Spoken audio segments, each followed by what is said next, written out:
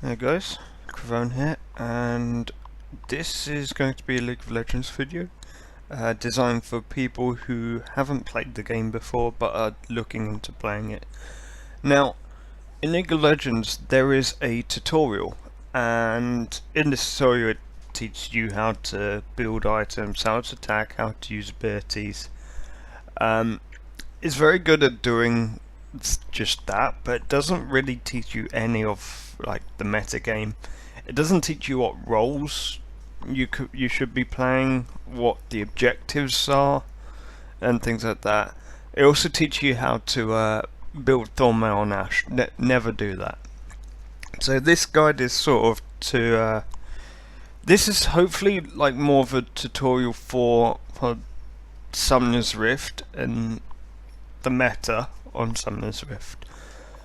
So we're going to start off by I'm going to show the map here, and I'm going to quickly cover the map in general. Now, objectives. You've learned in the tutorial that there are turrets. You have learned don't get hit by turrets. So on Summoner's Rift there are 3 turrets per lane and then 2 turrets defending the Nexus. So each lane will have to get through 3 turrets to get to inhibitors. Now, inhibitors are important. They're one of the most important objectives in the game. If you can get an inhibitor, you're going to be well on the way to winning. Or defending if you've lost your inhibitors as well, because these spawn super minions which take a lot of time to kill. They've got a lot of health and do decent damage, so obviously you want to protect your inhibitors so that this doesn't happen, but you also want to protect the turret in front of the inhibitors, because you can't really defend the inhibitor with safety without the turret. So now, inhibitors will respawn after about 5 minutes, so make use of when they're down. So there's 5 champions in the game, and there's 5 different roles. Now, I will cover the roles after showing a bit more about the map, but specifically, if you're intending to play jungle, which is the role that roams everywhere on the map, pay attention to all the other roles, because this is going to be important. Now, circled in red on the map are jungle camps, because in the jungle there's jungle camps, enemy, minions, NPCs, and these basically give a lot of gold, a lot of XP, but they can be quite tough, and some of them give buffs. Now, under the red circles they will give what we call red buff. Now, red buff gives you a damage over time when you attack something with basic attacks and I think spells. So that's rather important for ganking and doing damage. It can also help with your jungle clear.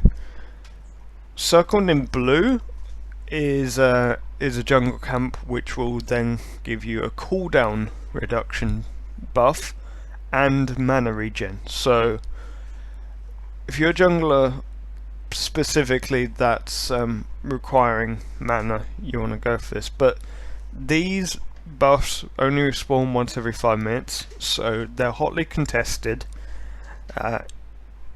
If you're in other lanes and like you see your jungler struggling with those are sort of objectives you need to help with, but it's not as important to lose those to the enemy team as some of the other buffs, some of the other camps. So circled in yellow is dragon. Now, for a new player, all you need to know about dragon is that it's important and it's an objective that has a 5-minute respawn timer, and the dragon will give your team permanent buffs, At the 35-minute mark, an Elder Dragon will spawn, which will basically give you an even bigger buff, and it will temporarily double your buffs from Dragon. So it's rather important to get control of Dragon when it's up. The different dragons do different things. So some dragons might be more important than others.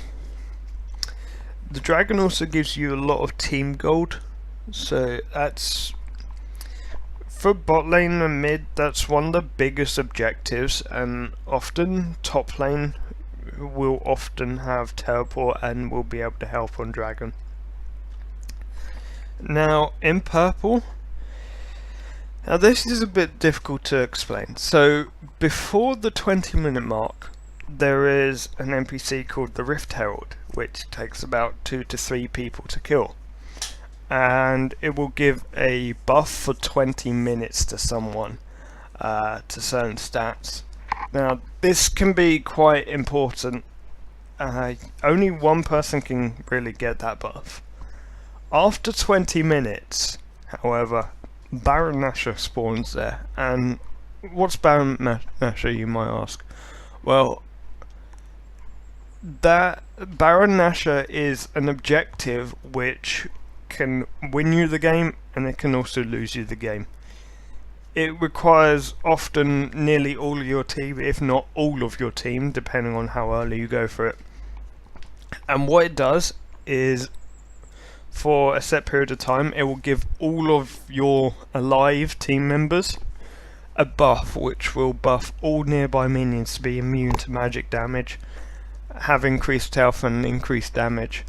So for pushing objectives in lane, this is mega important. If you die with the Baron buff, you do lose it, so you want to be careful with that.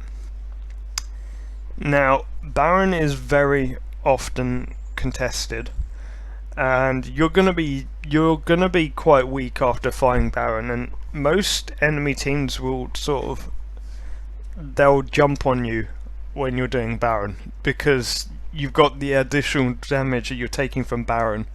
It's an easy team fight for them to win, even if they're behind. And that's why I say it can lose you the game. If you're not prepared properly, it can lose you the game. But as a new player, if your team are going for it, then the best thing to do is help them with it. Don't decide, oh, I'm one player that doesn't think we should be doing Baron. Your team's more likely to die at Baron if you're not there than if you are. So bear that in mind. Now, I'm gonna sort of cover terminology in a second on this map. You'll see the number 1 points on the map.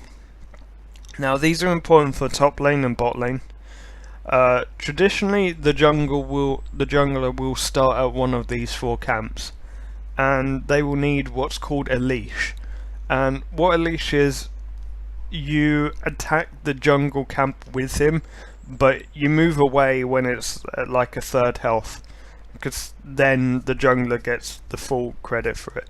You don't want to get that kill. You want the jungler to get that kill, because he needs it to finish his jungle camps. But he can't really do it on his own because they're too strong at level 1. So if your jungler needs a leash, or if your jungler's waiting there, just feel free to help him out. Mid sometimes doesn't have to do anything to leash a jungler. It's very rare that a jungler starts somewhere other than those pointed out here. I should mention the river. Now, the river, when people say ward the river, now the river is quite simply the river where there's water, but it's got a lot of entrances and a lot of exits. Be aware of these, because if you get into a team fight in the river, you need to know how to escape and where to escape. So on the north side of the river, I've put some grey arrows pointing out all the exits. So you can also flash over the walls as well. Now I'm going to cover the different roles and the different summoner spells before I go into the roles in particular. So in League of Legends there is a sort of meta game where you have 5 champions but you only have 3 lanes, so for taking advantage of all the gold on the map you tend to have okay, so traditionally you have a mid lane, which is often a mage or like an AD assassin. You have a top lane, which is normally a tank or a mage. Then you have an AD carry, which is always attack damage, and often a marksman. Then you have a support, and a support also goes bot lane with the AD carry. And a support needs to be able to get gold without farming minions. So there's items that help you do this. So you're there to help your AD carry to farm and to secure kills for them if you can. And now the jungler is sort of the wild card. The jungler goes everywhere, but mostly farms in the jungle camps. And gets the gold that way. But often the jungler's making a lot of ganks, depending on who the jungler is, and they can be damage or a tank. In fact, a jungler can be basically anything. Same with a support. Now, as for other things to mention, I won't be mentioning runes or masters because those you have to look up for your individual champion anyway. But I will mention some of the spells. Now, what I'm going to do is I'm going to mention what they do. But first of all, there's sort of a divide. Normally, people will always have flash. People that don't have flash will often have ghost. Why? Because movement is key. If you can escape a fight with a flash or a ghost, then you don't end up feeding the enemy team. The enemy team doesn't get gold off you and you don't die. So what does flash do? Flash allows you to jump a distance forward based on like where you're facing. You can also flash over walls. Think of flash as the mage ability Blink in World of Warcraft. It's sort of like that.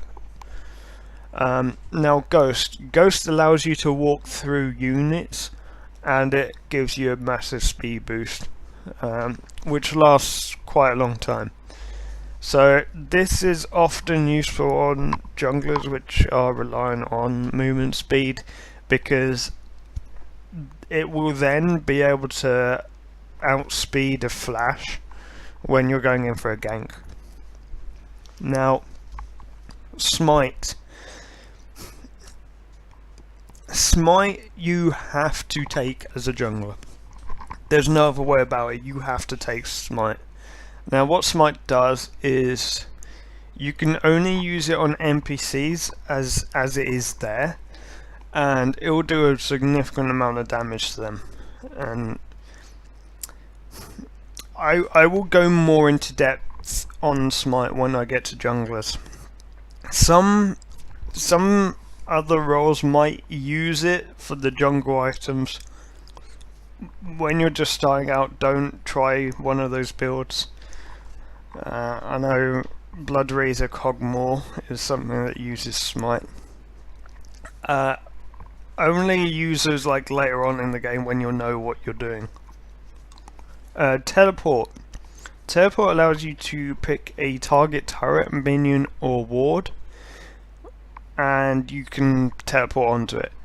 It takes a couple seconds to teleport onto it, and the enemy team will see the teleport incoming, and it can only be interrupted by a stun. It makes the ward or the minion invincible. It doesn't make turrets invincible, so you could have teleport wasted if the turret gets destroyed. But this can also be used as a quick escape if you really don't think you have enough time to recall with the B button. Then teleport is quicker. And teleport can't be interrupted by damage, only stuns and silences, so bear that in mind. Ignite puts a dot on an enemy, which reduces their healing taken, and quite often what you'll do is you'll put ignite on someone when they're really low health, and the ignite will often kill them. But sometimes if there's a heavily healing champion that's got a lot of self-healing, then this is when ignite is going to be very useful. Heal will heal all the allies around you and increase movement speed for a short period. And exhaust will reduce the enemy's movement speed. This is targeted. Reduce the enemy's movement speed and damage for a certain period of time. Now I'm going to cover the roles. First of all, I'm going to cover mid lane. Now on the map you will see some yellow dots and exclamation marks. I'll explain those in a second. Now mid lane is often a mage or an AD assassin. Typical mid laners are like Zed, Lux, Annie, those sort of things.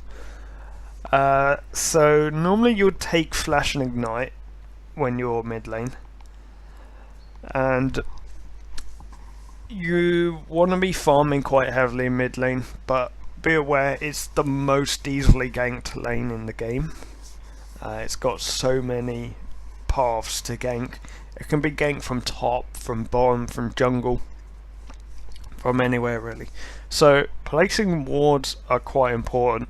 You want to place wards in either the two bushes which have yellow dots in, and you want to be careful of ganks from where the red exclamation marks are. This is assuming you're starting blue. Obviously it's mirrored if you're starting on red. Now getting a lot of farm is important as a mid laner, because often you're going to be the main source of damage on your team in terms of burst damage. The AD carry will also be a big source of damage, so you're not the only one, but quite often a mid laner tends to be rather squishy and quite often focused in team fights along with the ADC. So you want to get fed up as quick as possible before team fights start happening so you can start wrecking people. I didn't really explain that too well, but there's not really much to say about mid lane. Oh, one extra thing. If your team decides to go for Dragon or Rift Herald whilst you're in lane, typically as a mid lane you'll go and help them because it's quite close. Now top lane is sort of questionable on what you are. So top lane contains tanks, AD bruisers, sometimes AP bruisers and mages, but quite often the top lane is rather tanky.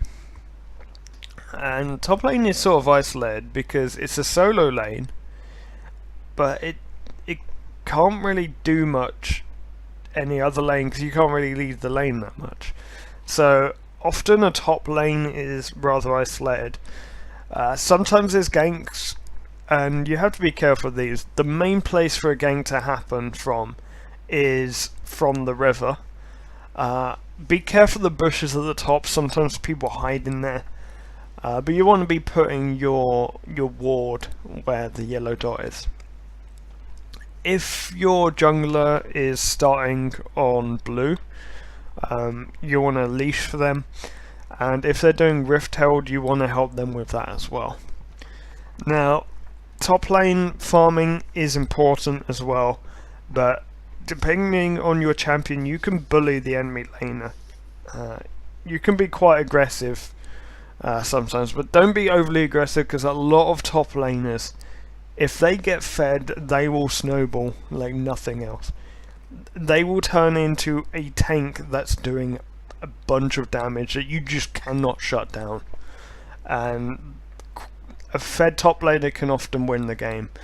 So examples of top laners are like Jax, Fiora, Aurelia's duelists. As tanks like Cho'Gath, Darius, mage-wise, often Ryze, sometimes Heimerdinger. So there's sort of a mix of champions that play top. Garen's also a top player as well. So yeah, if you're playing top, don't concede kills, but do play aggressive if you're a champion which relies on playing aggressive. You want to get more farm than the enemy though. That's the key thing. As for some of the spells, you want to have flash and teleport.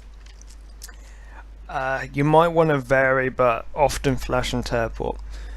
Teleport allows you to teleport into bot lane to help with team fights, or even to gank, and even to help with dragons. So aside from that, teleport can get you back into lane quickly. So if you have a bad trade and you have to recall, you can teleport straight back into lane and not really lose much. So teleport is quite important up there. Now I'm going to cover support. Now support's a very unique role in that it's a role which does not farm. You mustn't kill minions as a support unless you've got Relic Shield. But if you're going to go Relic Shield, read Relic Shield. You can only farm so much. But the reason for this is that the AD carry needs to have gold to function properly in the game.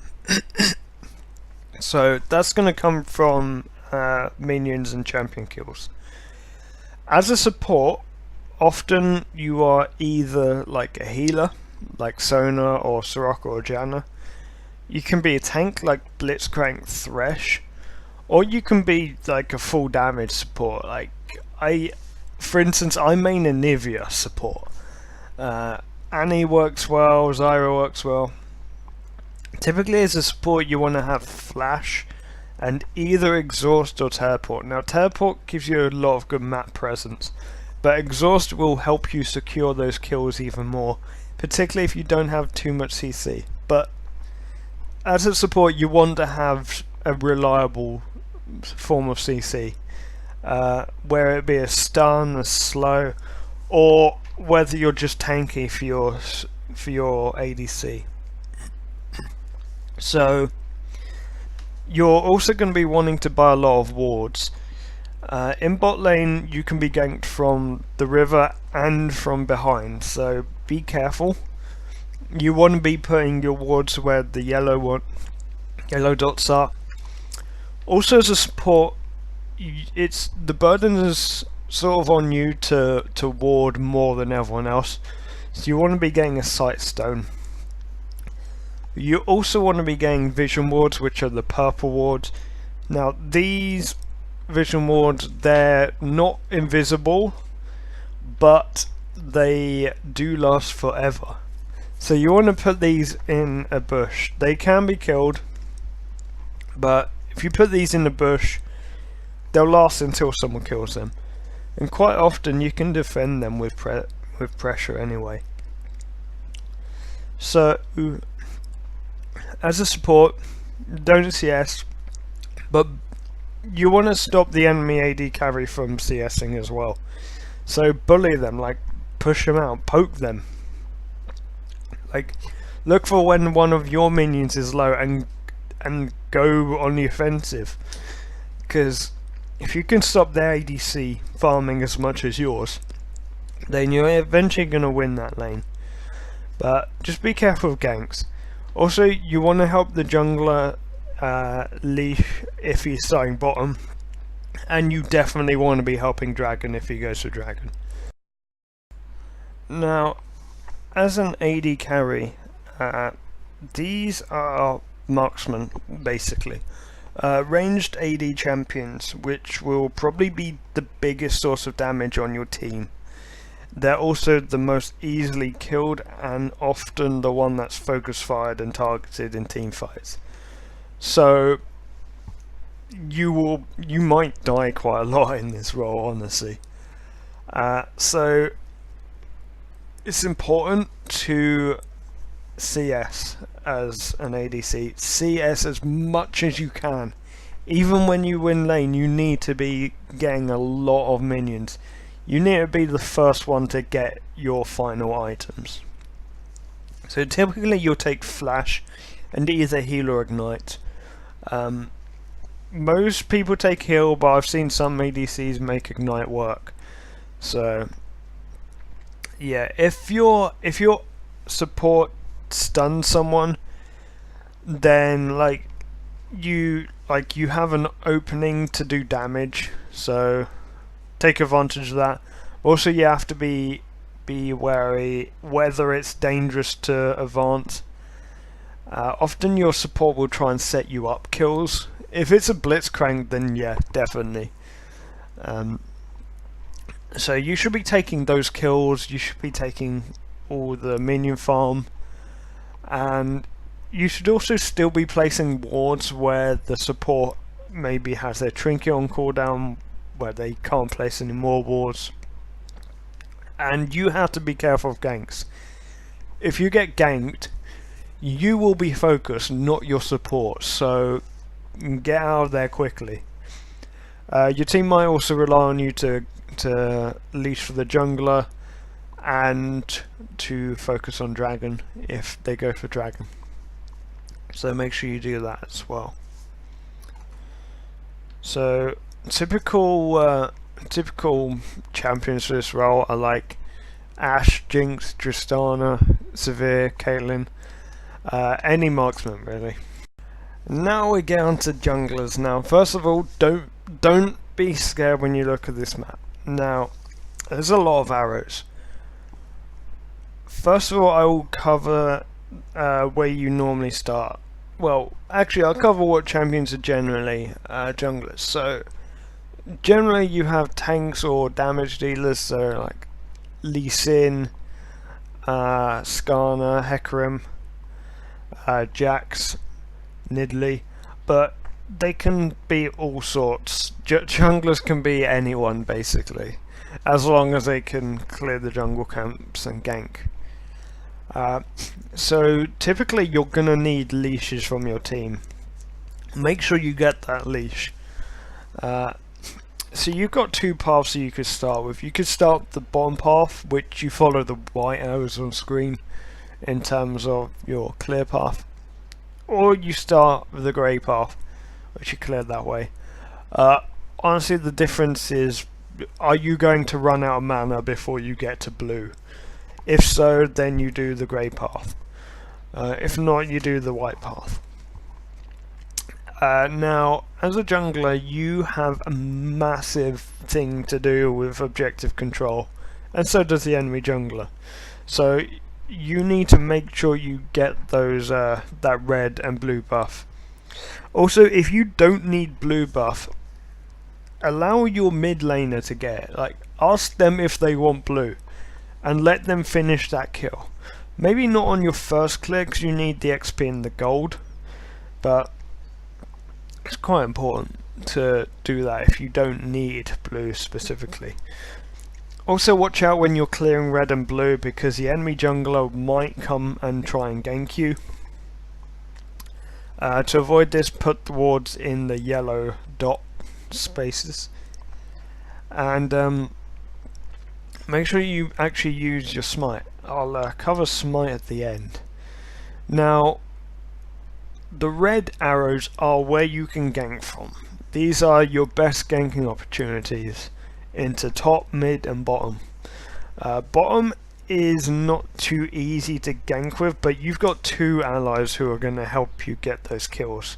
So ganking bot can sometimes be the easiest, even if there's only one easy place to do it. Of course, if you're starting the other side of the jungle, you can gank from 2 places on bottom, but only 1 place on top.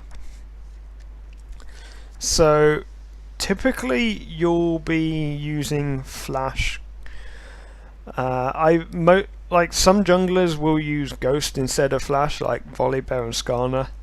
I've even seen some use teleport, so that they have better map presence. And as a jungler, you definitely need Smite.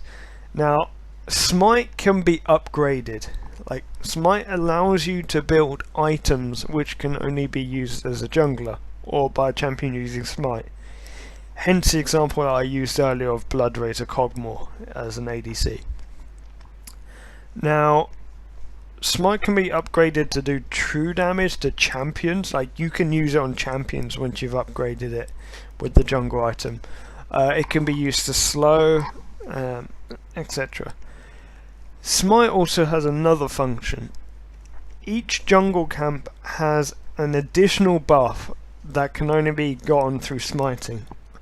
The most southern camp will give you a stun every 6 attacks. Particularly the wolves, which are important, which are the most southern of the northern half. They will put a ward into your jungle that moves around. If you smite blue, you will get mana. If you smite the wraiths, which are the most northern of the bottom half of the jungle, you will be able to see invisible things like wards. So smiting these targets are quite important. Particularly the wolves is a big one. Even if you're not going to clear the wolves later game, you want to be smiting those so that you get the ward.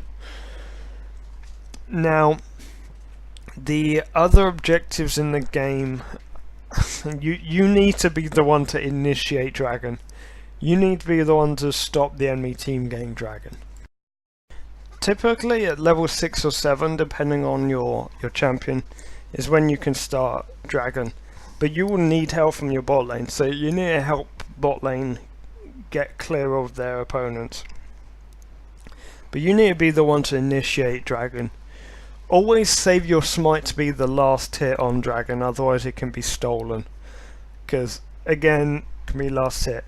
Now, if your team decides to go for dragon, it doesn't matter who gets the kills. But if you're doing jungle camps, the jungler has to get the kills.